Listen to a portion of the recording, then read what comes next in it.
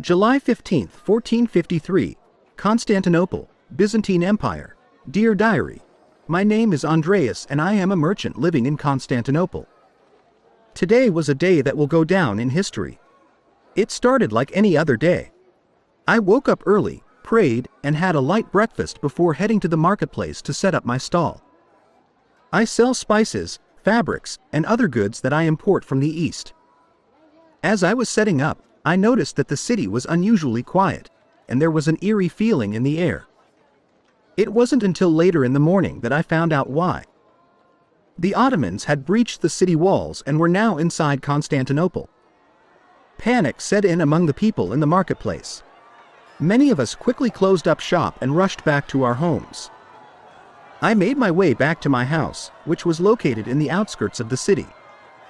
As I walked, I saw people fleeing with their possessions, hoping to escape the impending danger. Once I reached my home, I began to pack what I could. I gathered important documents, some clothes, and a few prized possessions. I knew I had to leave the city as quickly as possible. As I was preparing to leave, I heard the sound of battle in the distance. It was loud and intense, and it seemed to be getting closer. I knew that the Ottoman soldiers were approaching, and I had to leave immediately.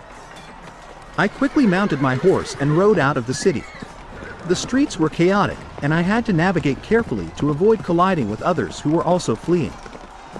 The sound of battle was still ringing in my ears as I rode out of Constantinople. As I rode away, I felt such sadness and despair. Constantinople had been my home for many years. I knew that life as I knew it would never be the same. I couldn't help but think of all the memories I had in Constantinople. The bustling markets, the beautiful architecture, and the warm hospitality of the people. I wondered what would become of these places now that they were in the hands of the Ottoman Empire. Despite my sadness, I knew that I had to focus on the task at hand. I had to find a new place to live and start over. I had to rebuild my life and my business.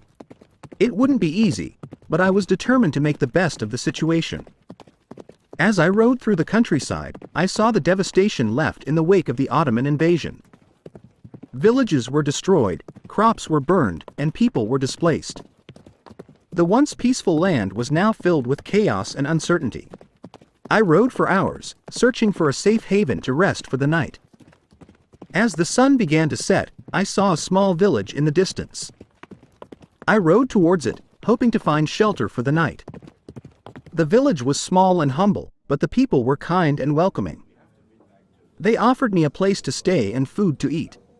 As I sat down to eat with them, I couldn't help but feel grateful for their generosity. It was a small glimmer of hope in an otherwise bleak situation.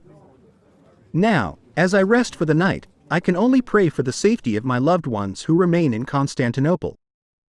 I wonder what the future holds for me and for the people of the Byzantine Empire. Only time will tell what will become of us.